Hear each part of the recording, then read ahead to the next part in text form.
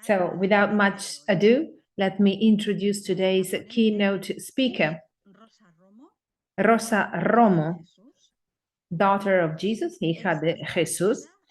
She has a degree in physical sciences and she has a theological baccalaureate.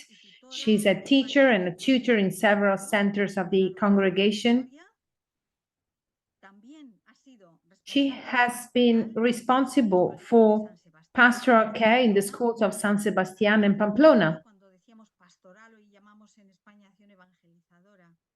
Pastoral care means evangelizing action.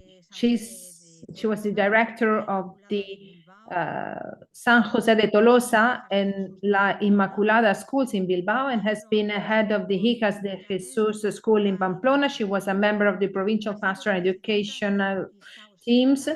She has been president of Cristau Escola, Catholic Schools of Vizcaya, and member of the board of directors of Cristau Escola of the Basque Country. Currently, she's director of the Maria Virgen School in Madrid, Spain, and is president of the board of trustees of the Jesuitinas Educational Foundation.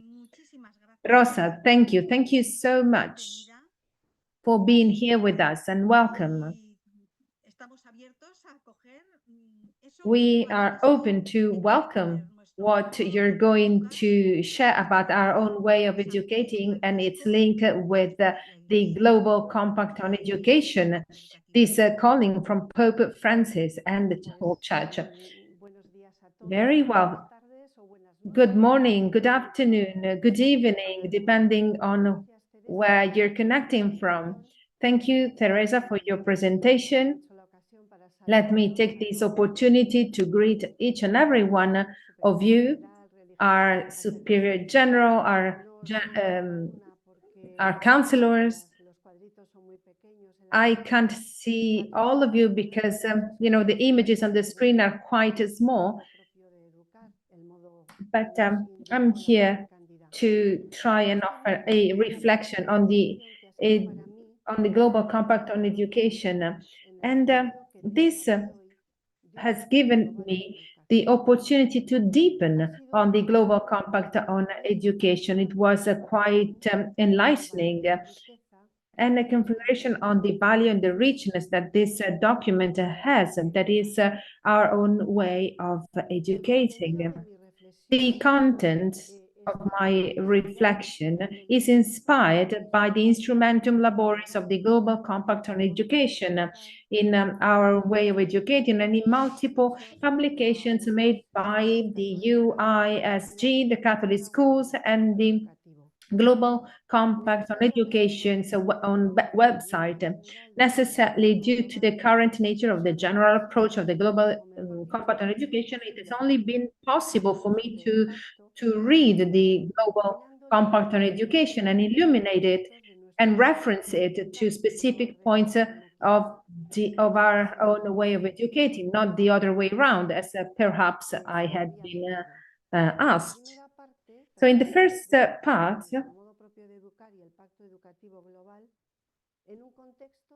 it is about thinking about our own way of educating in the current context. And then we will focus on the world. And we will tackle some of our current challenges in the educational world. In the third part, we shall review the 7 commitments contained in the compact, our own way of educating, a reflection, and the underpinning values, and then we will share in the groups. So without much ado, let's get started with our journey. I've been thinking about 3 questions as I was preparing for this speech. Why do we speak of educational emergency or a global compact on education? Is it really needed? These were the questions that illuminated the beginning of my reflection. Pope Benedict XVI, in June 2007, showing his concern about the growing difficulty in transmitting values in school, spoke of an educational emergency. He thus emphasized that education cannot be reduced to a mere transmission of useful knowledge and practical skills, neglecting human needs such as emotional and ethical needs. The educational emergency is therefore a humanizing proposal that guarantees the transmission of values and beliefs.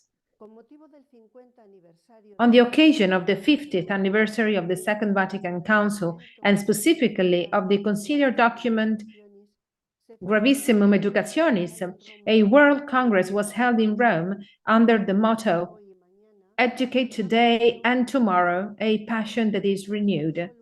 And this was celebrated back in 2015. There have been meetings, gatherings, documents, and in all of them there is a common call, humanize. Thus, Pope Francis picks up this call and returns it to the entire church, especially to the institutions and people committed to education.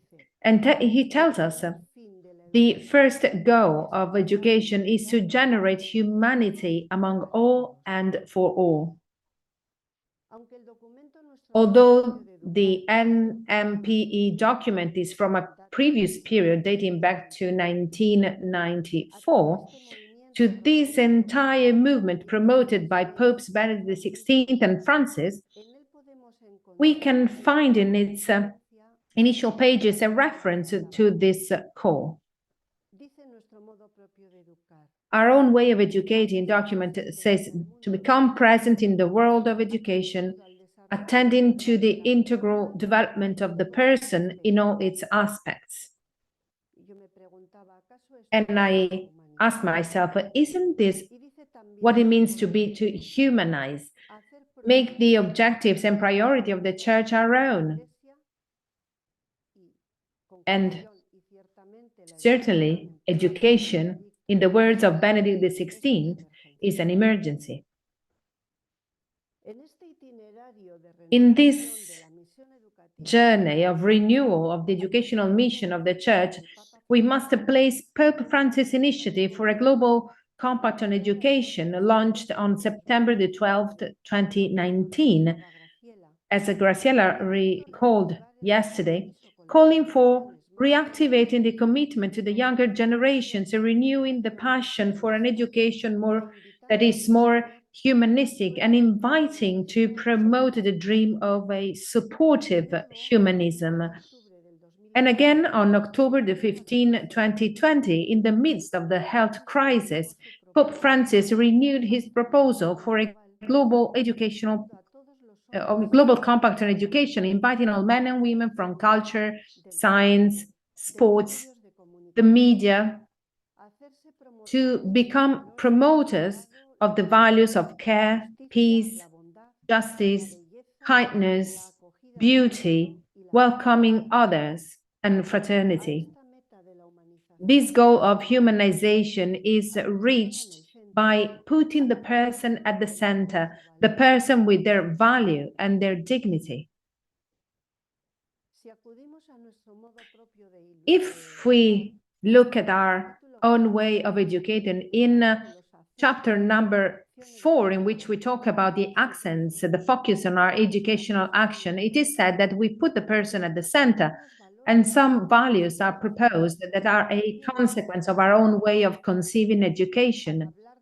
When talking about the person we serve, we say, we educate for fraternity, which is kindness, cordiality, openness, sincerity, ability to listen, freedom, tolerance, understanding. Educate for justice, which is a commitment to a better world in solidarity with the weakest ones, a critical sense of the injustices that occur in the great human family in the use of the earth's goods. Educating for peace means renouncing violence, lies, hatred, building a more harmonious world where everyone has a place, where differences are a wealth and not something that must be fought and annihilated. And then educate for faith culture dialogue, which asks us for a courageous and respectful contribution, always open to truth, justice, and loving solidarity, an attitude of dialogue with all those who, without believing in Jesus Christ, are open to transcendence. Why a compact? Why a global compact on education? Well, because today more than ever, it is necessary to join our efforts for a broad educational alliance, a covenant to form a mature people capable of overcoming fragmentations and oppositions and rebuilding the fabric of relationships for a more fraternal humanity. The contemporary world is in continuous transformation and is going through multiple crises. We are experiencing a change of epoch, a metamorphosis, but not only cultural, but also anthropological, which generates new languages and discards without discernment the paradigms that history has given us. A covenant is necessary between the inhabitants of the earth and the common home, to which we owe care and respect, an alliance, a covenant that fosters peace, justice, and welcome among all peoples of the human family, as well as dialogue between religions. To achieve these global objectives, the common path of the education village must lead us to take important steps. The first one is to have the courage to put the person at the center. For this, it is necessary to create an alliance, a covenant that encourages formal and informal educational processes, which cannot ignore that everything in the world is intimately connected and that it is necessary to find, based on a healthy anthropology, other ways of understanding economy, politics, growth, and progress. The second step is the courage to invest the best energies with creativity and responsibility. This way, we will have people who are open, responsible, available to find time for listening, dialogue, and reflection, and capable of building a web of relationships with families between generations and across the generations and with the various expressions of civil society so that a new humanism is composed. Another step, maybe the final step, is the courage to form people who are available to put themselves at the service of the community. Service is a pillar of the culture of encounter, as we heard yesterday. To serve means working alongside those most in need, establishing with them, above all, human relationships, closeness, bonds of solidarity. In service, we experience that there is more joy in giving than in receiving. In this perspective, all institutions must question themselves. They must question the purpose and the methods with which they develop their own educational mission. It is about promoting together and fostering through a global compact on education those dynamics that give meaning to history and transform it in a positive way. To seek solutions together, initiate transformation processes without fear, and look to the future with hope. We, as educators, are asked to be the protagonists of this alliance, assuming a personal and community commitment to cultivate together the dream of humanism in solidarity which responds to the hopes of man and the design of God. As you may well understand, we are talking about something that is way greater and deeper than carrying out activities, even if our activities, of course, can benefit from this reflection of ours. I would like to take a couple of minutes now to personally answer two questions. They will help us situate ourselves and better understand the keys after this initial moment. And the questions are: am I aware that as an educator, I am contributing to facing an emergency, an educational emergency in our world? The second question, in my daily life, where do I put my strength? In the transmission of knowledge or in humanizing people? Understanding humanizing as putting the person, the whole person at the center. Let's take a couple of minutes to reflect on these two questions.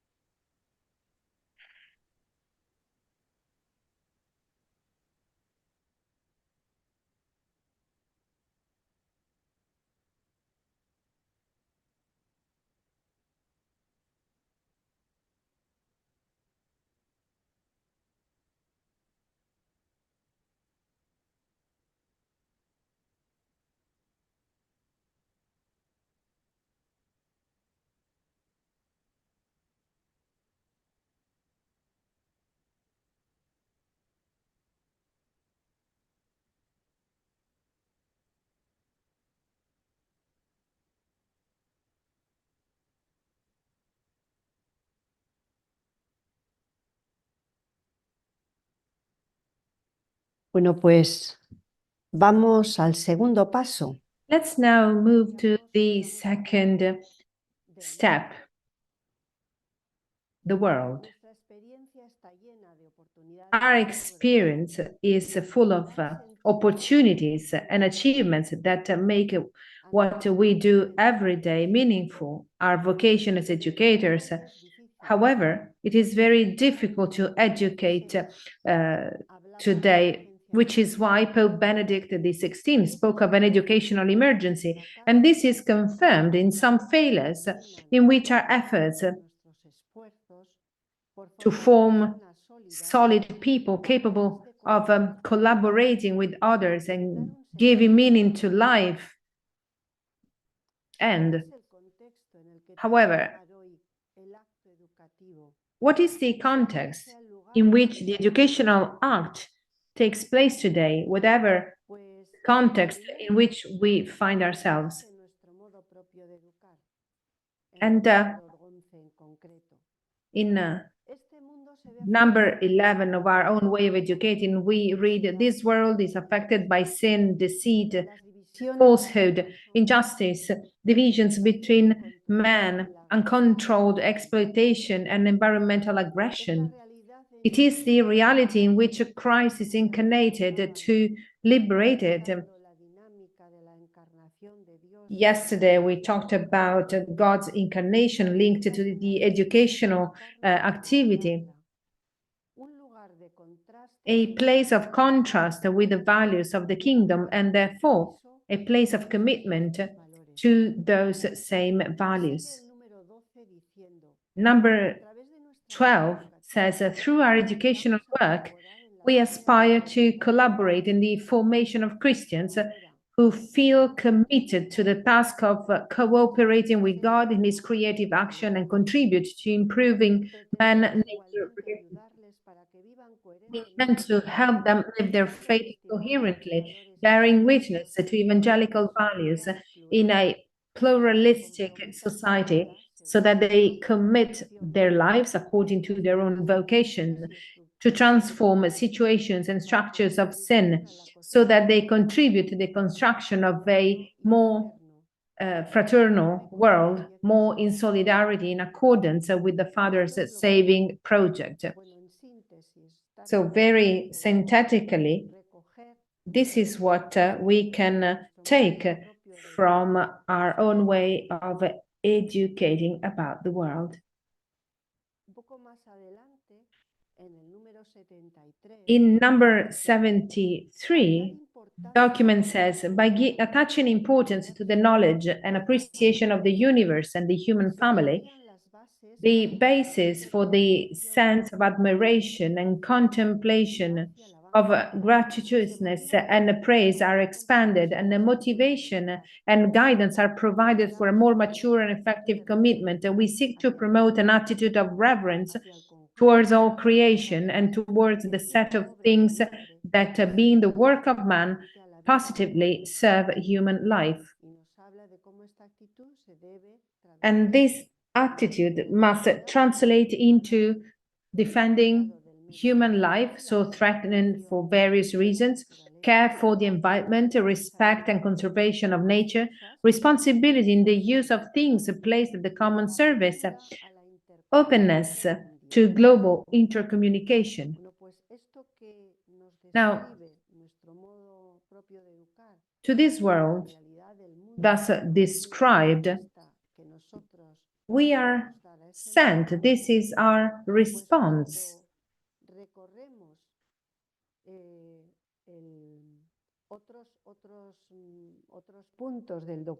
When we read other articles in the documents, other paragraphs, we find always a reference to the process that we must follow, a process aimed at the development of personality in all its dimensions, in which each student comes to acquire through the critical and systematic assimilation of culture in harmony with faith, a Christian vision of the world, etc.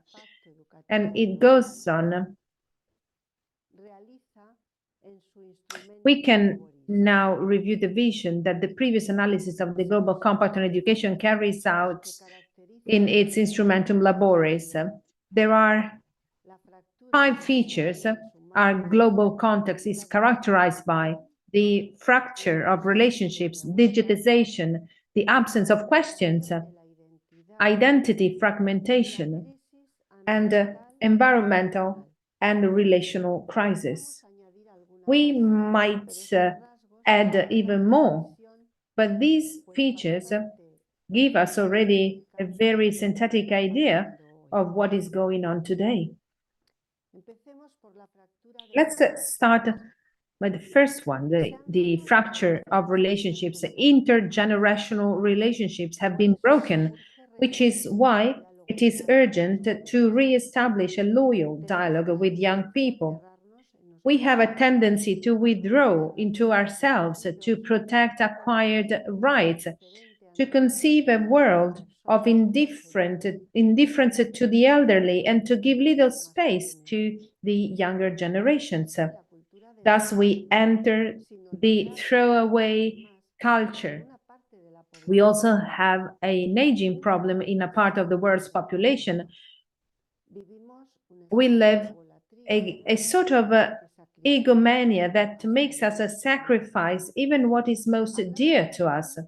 We also talk about a fracture across a generation, between peoples and cultures, between the rich and the poor, between men and women. Education has the challenge of facing these fractures, abandoning the idolatry of the self, and giving us back our first vocation, relating and being with others, not against others, because the person is a self in a relationship. The second feature of our world is digitization. The more globalized society makes us closer, but that doesn't mean that we are more of brothers and sisters. And one manifestation of globalization is technologization that has had a strong impact on the pedagogical field. Huge challenges for education are posed in the digital world. Social networks are altering the relationships between human beings and the formation of personal identity and affecting human abilities, among others, memory. We just don't need to remember anything because everything is at hand. It's a click away. And then creativity, because now we can find and know everything. Concentration, focus, because we are bombed by messages continuously. And above all, it is affecting our interiority. The network of networks, of course, offers great opportunities, but it also contributes to the globalization of indifference that makes us insensitive also to human suffering. We hear so many things, we get so much information, and it is necessary now more than ever for discernment and ethics to help us live the complexity of the current moment and humanize. Another important challenge, another trait of our world is the absence of questions. We live in moments of psychological disintegration. In a particular context, mental health is an issue, especially after the pandemic. Rapid and multiple stimuli distract the attention of children and young people, making it difficult to learn to live in silence. There is no space for silence. There is no space to formulate desires and fears within each person. We must concentrate today on educating our interiority and people's interiority, that space where the big questions arise, where decisions can be made, and where the deepest desires of the human being emerge that are housed in their heart, to be able from there to reach the search for the transcendent. From the believer's point of view, it is about awakening in young people the desire to know and love God. But for the non-believer, it is about generating a stimulating concern about the meaning of things and one's own life. The fourth feature is identity fragmentation. The difficulty of having a unified vision of the self is highlighted today. A personal identity without others is empty. It has no historical memory or future perspective. We must rebuild the broken links between the traces of the past and the hope for the future. Know our roots, which are what makes us who we are, and be open to the new things that will come. Education faces what we call rapidization, which imprisons existence at the vertex of technological and digital speed, continually changing reference points. And in this context, identity itself loses consistency and the psychological structure disintegrates in the face of an incessant mutation that contrasts the natural slowness of biological evolution. And lastly, in our context, we also see environmental and relational crises. Every change needs an educational path that involves everyone. This requires building an education village where the commitment to generating a network of human and open relationships is shared in diversity. An African proverb says that it takes a whole village to educate a child. Therefore, we must build this village as a condition for educating. Being educational communities, the ground must be cleared of discrimination with the introduction of fraternity. In a village like this, it is easier to find global convergence for an education that is the bearer of an alliance between all the components of the person, between study and life, across generations, between teachers, students, families, and civil society with their different expressions. Human beings and nature must be thought of as interdependent. The human and natural environment degrade together. We will not be able to address the environmental crisis without addressing the causes that have to do with human and social degradation. If our interiority is not taken care of, the exteriority is also broken. As we read in Laudato Si, the neglect in the effort to cultivate and maintain an adequate relationship with my neighbor, which forces me to care and custody, destroys my relationship with myself, with others, with God, and with the earth. That's why we need an integral ecology. There will be no new relationship with nature without a new human being. And again, let me invite you to take a few moments to jot down the answers to these two questions. Can you see any connections between the description of the world made in NMPE and in the Instrumentum Laboris of the Global Compact on Education? Anything that has, resonated with you in those moments? And then the second question, in my context, in your context, what is the most outstanding feature of the five that we find in the Instrumentum Laboris of the Global Compact on Education? Let's take a few minutes to think about possible answers to these questions.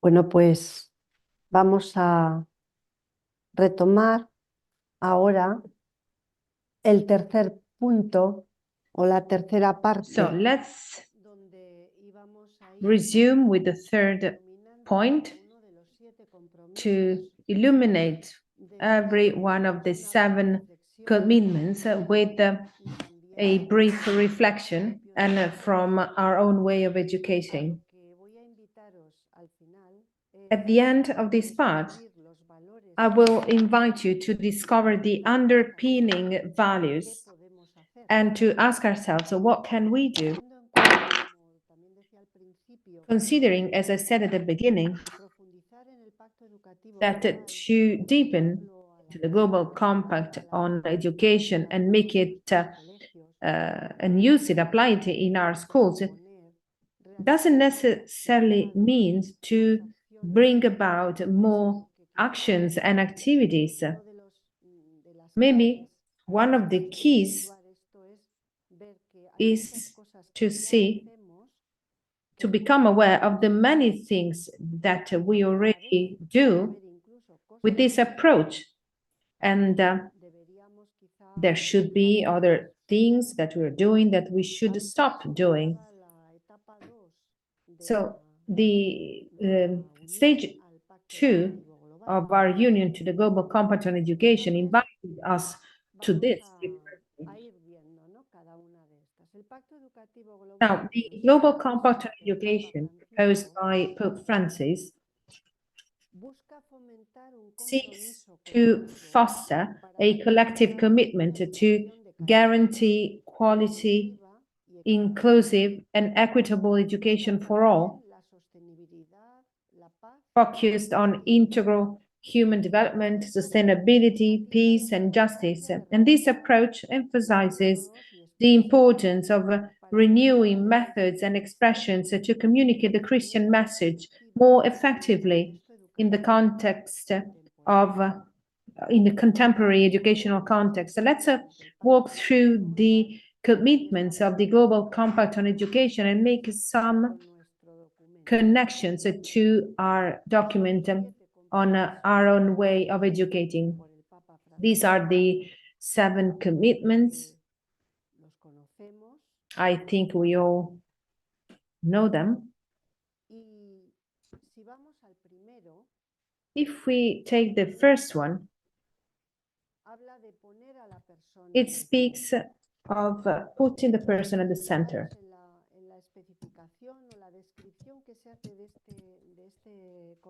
Focus on the description of these commitments against the waste culture. Let's put the person at the center in order to let their specificity arise, to be in relationship with others. In number 10 of our own way of educating, when speaking about this, it says to collaborate to the development of the whole person from a Christian approach in a personalized process to create a synthesis of the person's traits and to favor their growth globally, holistically. And about the means, it says a means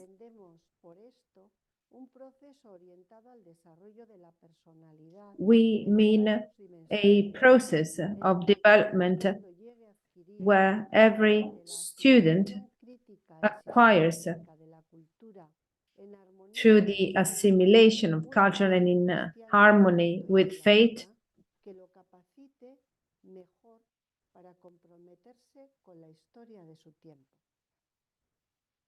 a Christian vision of the world and of life that better equips them to engage with the history of this time. And this commitment highlights the need to base all educational action on a solid, healthy, and accurate anthropological vision of the person. Because any transformation requires an educational process that allows rebuilding the network of relationship, maturing a new universal solidarity, and giving life to a more welcoming and inclusive society. To that end, it is crucial to establish a new humanism for which it is necessary to transcend the cultural and anthropological metamorphosis of current society. And this allows us giving consistency to the identity of each person, taking care of all their dimensions, consolidating their psychological structure, thus preventing them from fragmenting and disintegrating in the face of incessant and rapid change. The second commitment: listen to the younger generations. Listen to the voices of children, adolescents, and young people to build together a future of justice and peace, a life worthy of every person. And accent is posed on the uh, on the student being an active member in the educational community or in other equivalent structures through the established channels of representation, and in this way cooperates and participates in the reflection and decisions of the group. We not only recognize in the student their role as a self-educating agent, but we keep in mind that they are the center of the entire educational community, and the first and fundamental objectives of our work are centered around them.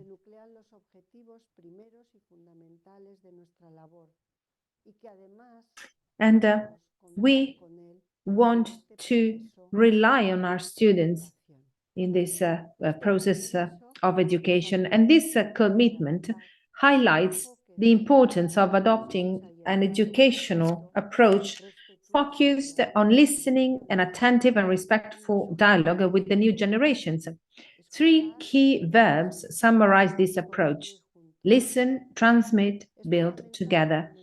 It is essential to always begin by listening to each individual, welcoming their concerns, needs, wounds, and potential, and discovering their talents, dreams, and ideals.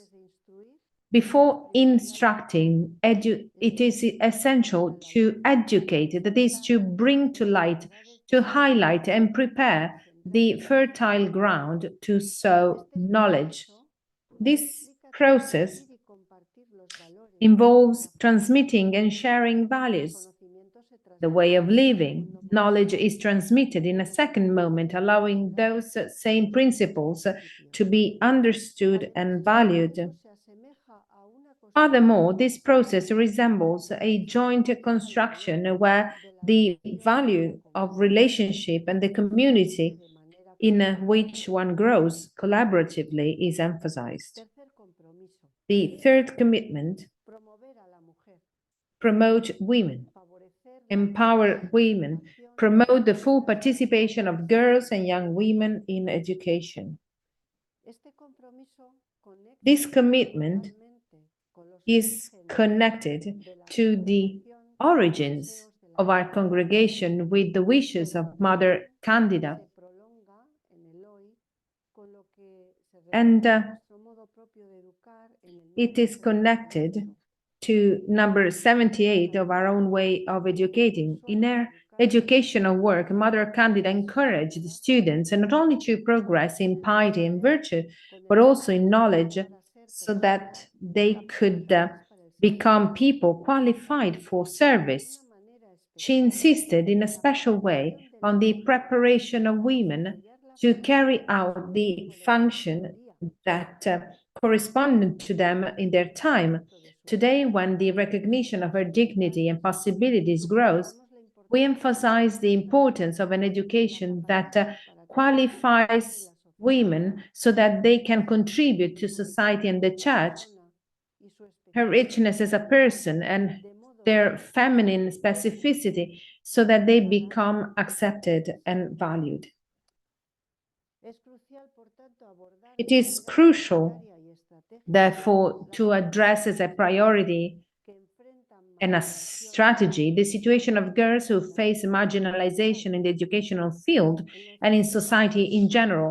In the encyclical Fratelli Tutti, Pope Francis says the organization of societies throughout the world is still far from clearly reflecting that women have exactly the same dignity and identical rights as men. Something is stated with the words, but then decisions and reality shout another message.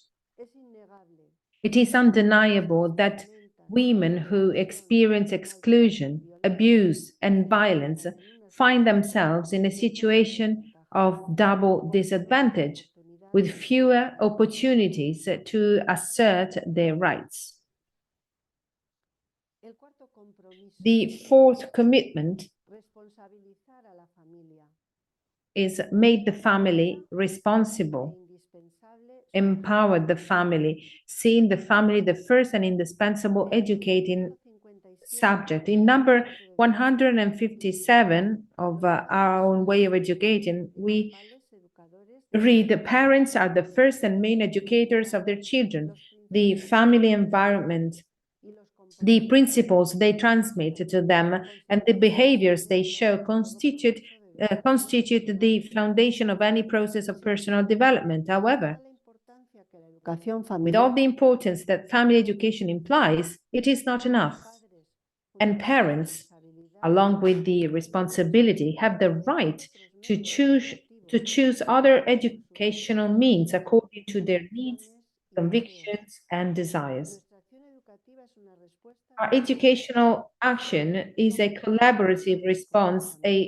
We are collaborators of the families, a service that we offer to contribute to the personal growth of their children. This means that their participation in projects and activities is a richness and a benefit, since from their perspective, they provide data and experiences that only they have and can offer.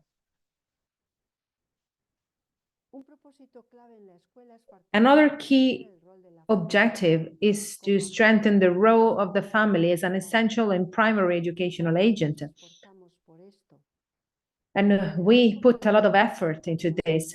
Considered as the basic unit of society, the family must play its role of fostering relationships that contribute to the integral formation of the person, a role that all other educational actors must support. The Gravissimum Educationis affirms that parents are the first and main educators of their children, and that when it is missing, this educational function can hardly be replaced. It is therefore the first school of social virtues which all societies need. Above all, in the Christian family, it is necessary that children learn from their earliest years to know the faith received in baptism. In it, they experience the first experience of a healthy human society and the church. Let's move to the fifth commitment: open to welcome. Educate others and educate ourselves in welcoming, opening ourselves to the most vulnerable and marginalized people. In the first numbers of our own way of educating, we read, our educational service can be provided at any geographic point and to any person or human group without distinction for reasons of race, culture, social condition, age, sex, religion, or any other. At this point, no restrictions appear. No social or cultural place is preferred beforehand. The position of non-discrimination or openness to all is the necessary framework to be able to choose in each case those who have fewer opportunities to advance in their own growth, either due to lack of educators or due to other circumstances that make their perfection or total salvation as people. The fundamental criterion for carrying out this choice is to always attend first to those who present a greater or more urgent need in the field of Christian education. This we find in number 14 and 15 of our own way of educating. In a globalized world, inequalities persist in various areas such as social, economic, and cultural. Along with the citizens who obtain the appropriate means for their personal and family development, there are many non citizens, half citizens, or urban surplus, as we read in Evangelii Gaudium 74, those who are excluded. A juster society is one that welcomes those who are vulnerable and is concerned with including everyone as full citizens. Therefore, the Global Compact on Education must prioritize inclusion, foster sensitivity towards marginalized sectors, and heal deep personal and social wounds. Commitment number 6. Renew the economy and politics. Study new ways of understanding economics, politics, development, and progress at the service of man and the entire human family from the perspective of an integral ecology. In number 72 of our own way of educating, we read, our schools aim to help students live their faith coherently, bearing witness to evangelical values in a pluralistic society, so that they commit their lives according to their own vocation to transform situations and structures of sin, so that they contribute to the construction of a more supportive and fraternal world in accordance with the Father's saving project. And when talking about the criteria to guide the choice of places and people that you can help with your educational service, that is the school, these criteria are proposed. Choose those works and activities where it is expected to achieve greater fruit in the field of Christian education. Out of a sense of gratitude, provide your service whenever possible and under the same conditions to those people and human groups who have offered or offer special help. Whatever the place of your educational action, give priority to those people who can be the cause of the good being extended to many others. This reflects number 20, 21, and 22 of our own way of educating. These are all aspects that are part of life, of a culture of people, to aspire to form men and women who can be the protagonists of common good. In order to do that, it is indispensable to foster a culture of encounter in which points of contact are always sought, bridges are built, something is projected that includes everyone.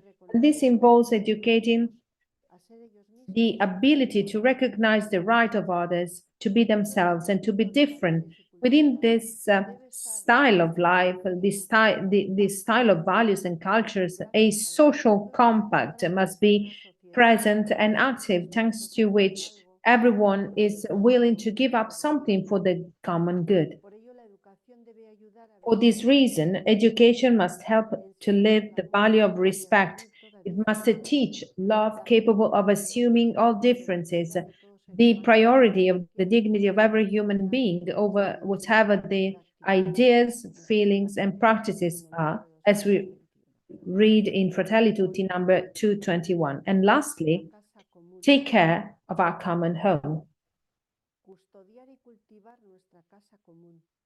To safeguard and cultivate our common home, protecting its resources, adopting more sober lifestyles, and betting on renewable and environmentally friendly energies. In number 74 of our own way of educating, we read, we seek to promote an attitude of reverence towards our creation and towards the set of things that, being the work of man, positively serve human life.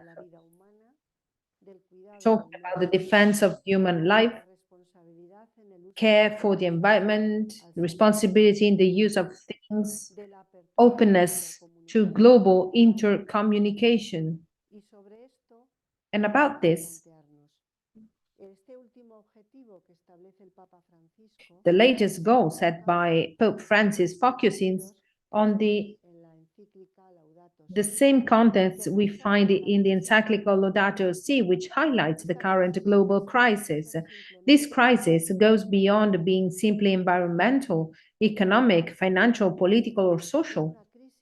It is a crisis without adjectives, which arises from the depths of the human being and is reflected in all areas of their lives, in their relationships with others, with society, with resources, and with the environment. It is presented as an existential crisis that questions the position and perception that human beings have of themselves in the world. The solution lies in the collaboration of all, since any change requires an educational process to cultivate a new global solidarity and a more compassionate and welcoming society.